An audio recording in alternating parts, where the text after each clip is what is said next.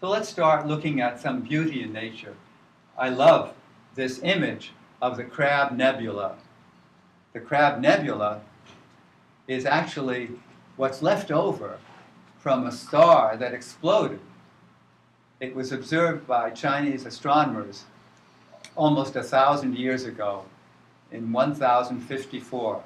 Of course, it's many light years away, so it wasn't at that time that it happened. It had already happened.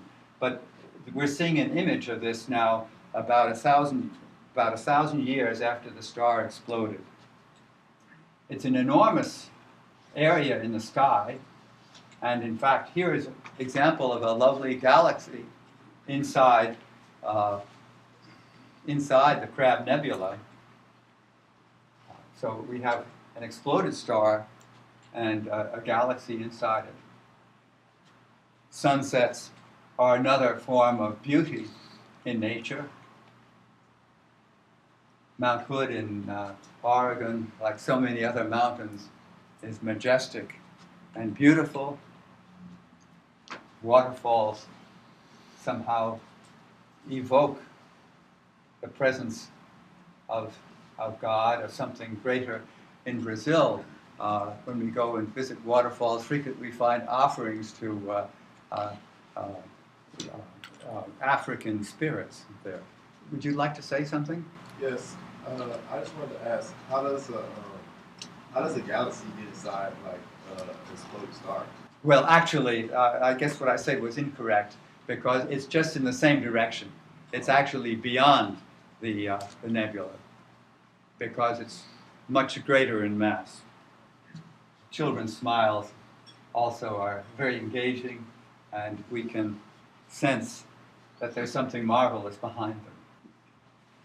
Poets and philosophers have always sent a sense of beauty in the world. This poem of John Keats, "Beauty is truth, truth beauty, that's all ye know on earth and all you need to know." In philosophy, certain aspects of whatever exists are called transcendentals, properties of being as such.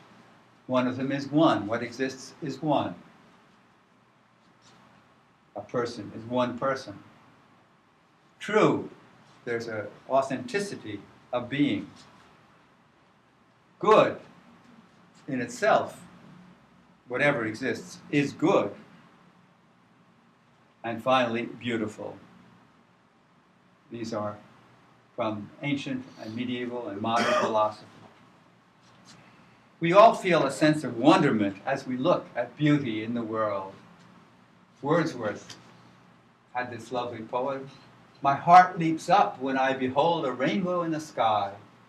So was it when my life began. So is it now I am a man. So be it when I shall grow old or let me die." Another person in history said the following, "I can see how it might be possible for a man to look down upon the earth and be an atheist, but I cannot conceive how he could look up into the heavens and say there's no God." Abraham Lincoln. And here's this beautiful rainbow which we can see.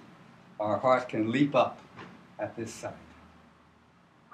Beauty in the world. But beauty is also present in mathematical structures and images. And now I'm going to say something that my brother said I shouldn't say. I'm going to ask you, to invite you to enter a little bit into mathematics to see some beauty in mathematics. I'm going to talk about Julia sets, or Julia sets. Gaston Julia was a French mathematician a little over a century ago. So I want to think a bit about complex numbers.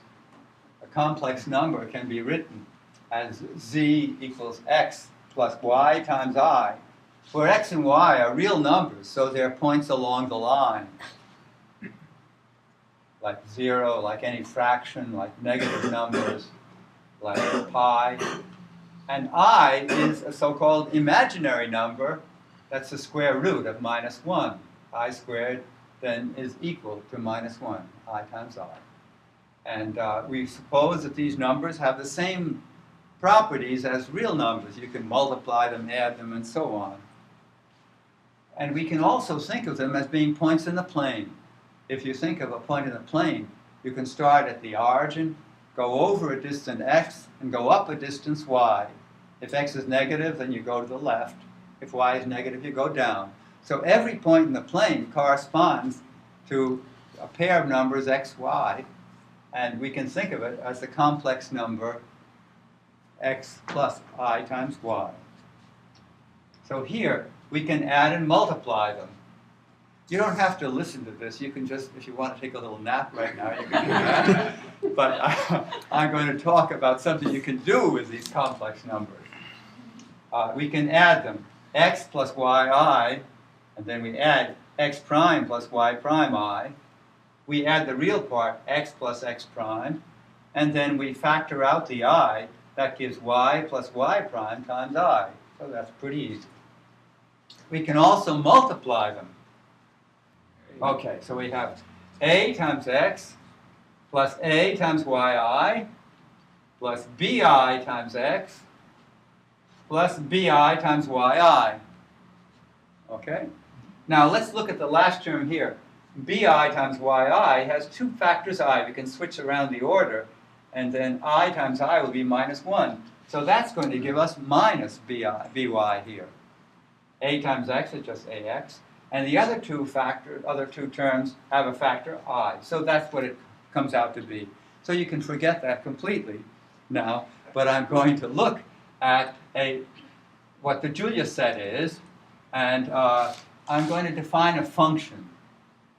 We're going to have a complex number a plus bi, where a and b are real numbers, and that's a fixed complex number.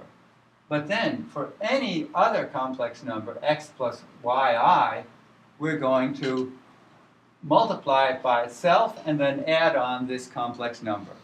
You don't have to remember how you do that. It's just a fact that for any point in the plane, x plus iy, we'll jump to another point in the plane, which will be called f of that point. So f of x plus iy is these calculations. You can write it out. Here's the new x-coordinate and the new y-coordinate, the new horizontal position, the new vertical position. So what we get is this function f that takes any point in the plane and jumps it off to another point. And then we can apply f again. Well, this is a formula here. Z squared plus the constant. X plus I y squared plus the constant. So now, what is the Julia set? We take this complex number z, take a complex number z, apply this function f. It jumps somewhere else. Apply it again, f squared of z. Apply it a third time, f cubed of z.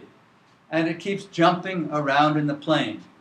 Now, there are two possibilities. As it jumps around, it can get very large, and when it gets very large, the z squared will be so big, it'll keep getting larger and larger, and the c will become negligible, so it will go off to infinity. You start with a large number and square it, you get a much larger number. Or else, it could keep bouncing around without ever getting away from a certain fixed distance from the original point. And the Julia set is exactly those numbers that never get off to infinity, never go off toward infinity. That's just the definition. But why do I mention that? Because the Julia sets are extremely beautiful. For different values of the constant c, we get many different Julia sets.